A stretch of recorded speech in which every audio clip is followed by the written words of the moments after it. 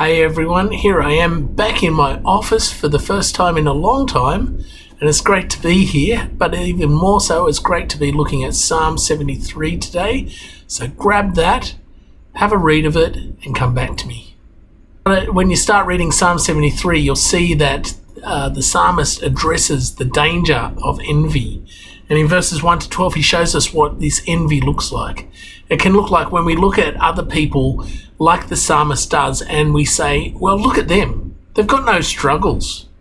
Look at that person. He's so much healthier than me. He's got no burdens to carry. She's proud. She can get away with murder. Well, look at them. They don't have to worry about where their food comes from. Or they can do whatever they want. Or they can say whatever they want and they get away with it. If I tried that. But I want you to look beyond that, because it's not just a jealousy of what another person has here that the psalmist is talking about. It's also a call on the people's character all the way through. Read back through those verses. You'll see that they're arrogant, they're wicked, they're proud, they're violent, they're callous, they're evil, they're scoffers, they're malicious, they threaten people, they're oppressive. So then the real cause of the complaint finally comes in verse 13. Read that. It says, "Surely in vain I have kept my heart pure and have washed my hands in innocence." In vain I've kept pure.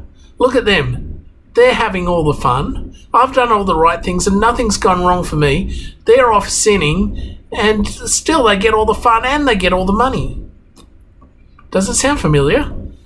To me, it sounds a lot like the older brother's complaint in the prodigal son story, where the brother says to their father, "Look, all these years I've been slaving for you and never disobeyed your orders. Yet you never gave me even a young goat so that I could celebrate with my friends. But when this son of yours who has squandered your property with prostitutes comes home, you killed the fattened calf for him."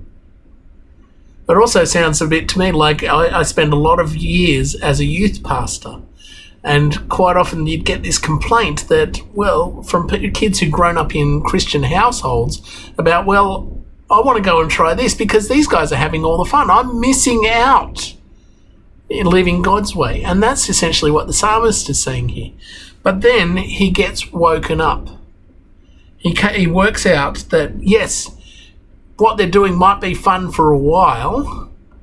That is true. Sin can actually be fun for a while, but it comes to an end. In verse 18, he says, "Surely you place them on slippery ground. You cast them down to ruin. How suddenly they're destroyed, completely swept away by terrors.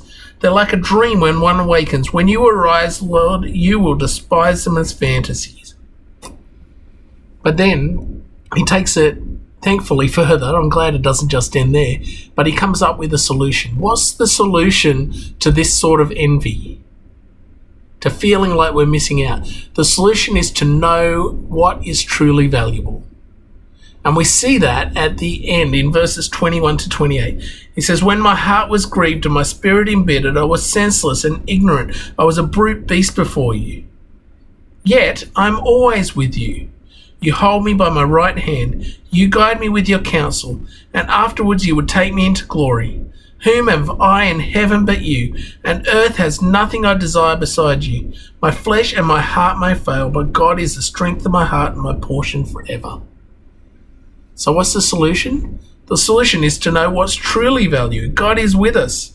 God holds us. He walks with us. He guides us. He gives us his counsel. And afterwards he will take us into glory. The solution to envy is to know that there is nothing else valuable when you truly see the value of Jesus. So may you know the true treasure of knowing Jesus today.